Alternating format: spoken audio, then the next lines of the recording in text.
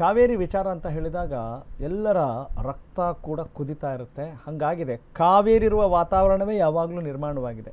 ನೀರಿನ ವಿಚಾರಕ್ಕಾಗಿ ಹಲವು ದಶಕಗಳಿಂದ ಕರ್ನಾಟಕಕ್ಕೆ ಅನ್ಯಾಯ ಆಗ್ತಾ ಇದೆ. ಮತ್ತೆ ಈಗ ಸುಪ್ರೀಂ ಕೋರ್ಟ್ನಿಂದ ಒಂದು ಬಿಗ್ ಶಾಕ್ ಆಗಿದೆ ಕಾವೇರಿ ವಿಚಾರದಲ್ಲಿ ನಮಗೆ, ಅಂದರೆ ನಮ್ಮ ಕರ್ನಾಟಕಕ್ಕೆ. ಏನದು, ಏನಾಯಿತು, ಬನ್ನಿ ನೋಡೋಣ.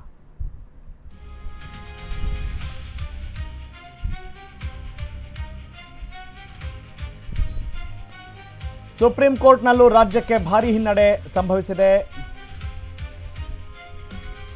ಸುಪ್ರೀಂನಿಂದ ಕರುನಾಡಿಗೆ ಮತ್ತೊಮ್ಮೆ ಆಘಾತ ಸಂಭವಿಸಿದೆ.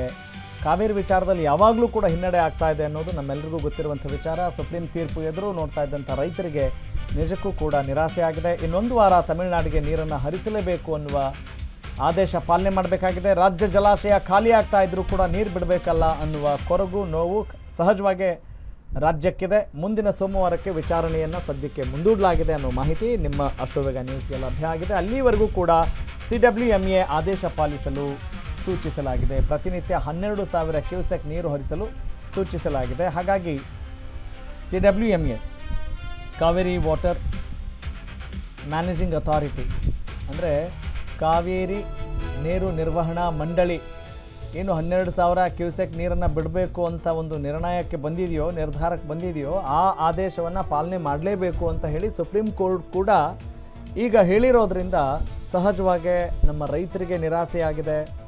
ಸರ್ಕಾರ ಒಂದು ಸಂದಿಗ್ಧ ಪರಿಸ್ಥಿತಿಯಲ್ಲಿದೆ. ಕಳೆದ 13ನೇ ತಾರೀಕು ಕರ್ನಾಟಕ ಬಂದ್ ಮಾಡಬೇಕು ಅಂತ ಹೇಳಿ ಹಲವು ದಿನಗಳ ಹಿಂದೆ ತೆಗೆದುಕೊಂಡಂಥ ಒಂದು ನಿರ್ಧಾರಕ್ಕೆ ಸ್ಪಷ್ಟ ಒಂದು ಚಿತ್ರಣ ಸಿಗಲಿಲ್ಲ, ನಿಲುವು ಸಿಗಲಿಲ್ಲ. ಅದನ್ನು ಕೂಡ ನಾವು ಗಮನಿಸ್ತಾ ಇದ್ದೀವಿ. ಹೀಗಿರುವಾಗ ವರುಣನ ಕೃಪೆ ಇದ್ದರೆ, ಮಳೆ ಚೆನ್ನಾಗಿ ಬಂದರೆ ಆ ಆದೇಶವನ್ನು ಪಾಲನೆ ಮಾಡೋಕ್ಕೆ ಯಾವ ಸಮಸ್ಯೆ ಇಲ್ಲ. ಆದರೆ ಸದ್ಯಕ್ಕೆ ಮತ್ತೆ ಅದೇ ನಿರಾಸೆ ಆಗಿದೆ. ಹಲವು ದಶಕಗಳಿಂದ ಕಾವೇರಿ ವಿಚಾರದಲ್ಲಿ ಹೋರಾಟವನ್ನು ಮಾಡಲಾಗ್ತಾ ಇದೆ, ಒಣ ರಾಜಕೀಯವನ್ನು ಮಾಡಲಾಗ್ತಾ ಇದೆ. ಆ ಕಾವೇರಿ ಇಶ್ಯೂ ಇಟ್ಕೊಂಡು ಬರೀ ಚುನಾವಣೆಗಳನ್ನು ಎದುರಿಸುವಂಥ ಪರಿಸ್ಥಿತಿ ನಿರ್ಮಾಣವಾಗಿದೆ. ಭಾಷಣಕ್ಕೆ ಮಾತ್ರ ಮೀಸಲಾಗಿದೆ.